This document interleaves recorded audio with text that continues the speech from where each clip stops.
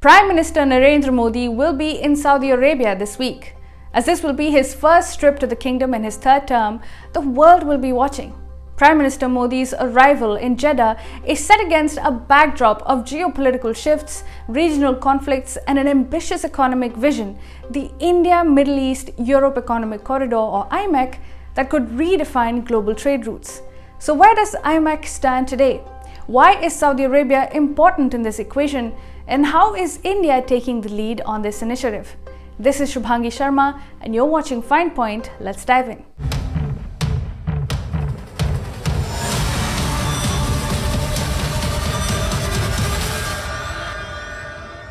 Prime Minister Modi's visit to Saudi Arabia comes at a time when the region is stirred with conflict and tensions.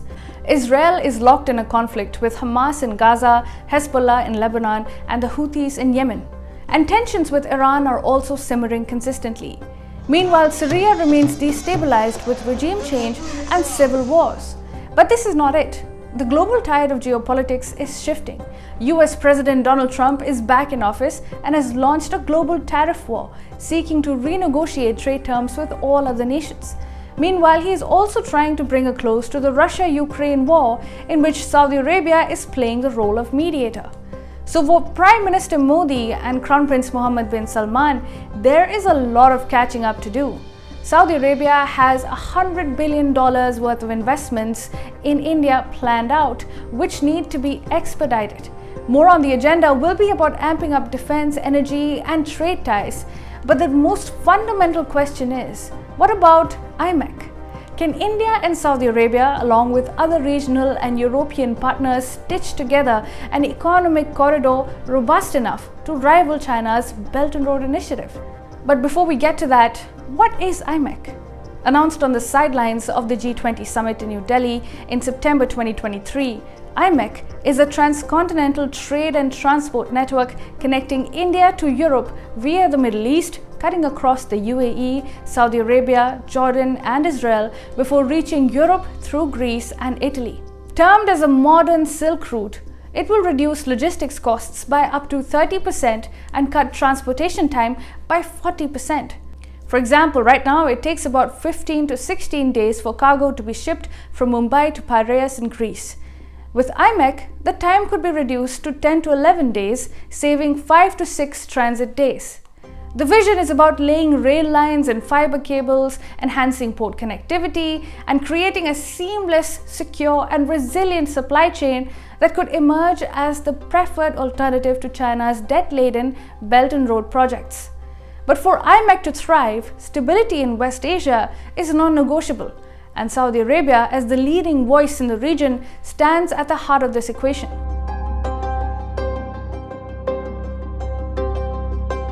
The project hit a roadblock just weeks after the agreement was signed when Hamas engaged in the gruesome October 7 attack on Israel in 2023, changing the course of the entire region. Israel launched a war on Gaza, and political opinion about Israel in Arab nations, including Saudi Arabia, plummeted at a time when Israel was actually hoping to clinch normalization in ties with Riyadh, akin to the Abraham Accord signed with the UAE.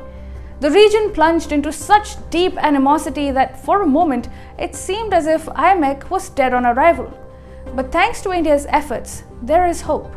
According to Foreign Secretary Vikram Misri, although the required groundwork could not be done after the signing of the framework agreement in 2023, individual countries have made some forward movement in infrastructure linkages. He added that work is going to start imminently on connecting electricity grids, which he described as one of the major pillars of the IMEC initiative. So IMEC is moving slowly, with progress made by some stakeholders at the individual level. Misri said, and I quote, "The security situation in the region makes it seem as if progress has frozen on the IMEC, but we have been working with select partners."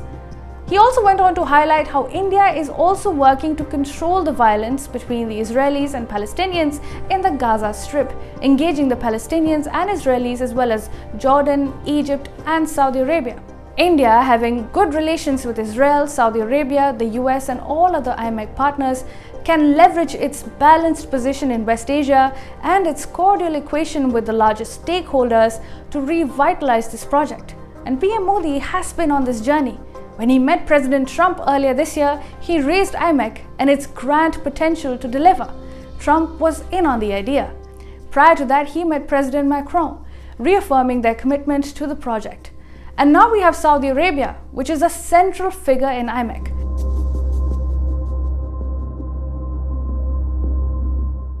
Just by looking at the map, you will understand that Saudi Arabia is not just another pit stop on the map of IMEC, it is the anchor. It is going to play a pivotal role because it is geographically central, politically influential, and flush with investment capital. The Saudi leadership under Crown Prince Mohammed bin Salman has been pursuing an ambitious plan of its own, Vision 2030, aimed at diversifying its economy away from oil dependency. IMEC fits perfectly into this vision. Saudi Arabia's own NEOM project, a $500 billion mega city on the Red Sea, will likely depend on IMEC for materials, technology, and talent.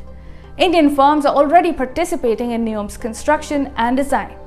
A functioning IMEC would offer Saudi Arabia a logistics and trade boost, linking its Red Sea ports and the futuristic NEOM city to both Indian manufacturers and European markets. For India, this partnership could cut shipping times by days, avoid geopolitical choke points like the Suez Canal or the conflict-ridden Red Sea, and build new resilience into global commerce. So, as Prime Minister Modi prepares to meet MBS in Jeddah, the agenda will be much broader than trade statistics and investment promises. It will be about infusing a deeper strategic angle in the two nations' strategic partnership. IMEC could emerge as the signature project of this partnership, one that connects more than just geographies. It could realign global trade, offering a non-coercive, economically sound alternative to China's Belt and Road Initiative. But for this corridor to take shape, Saudi Arabia's continued commitment and India's proactive diplomacy will be the twin pillars of success.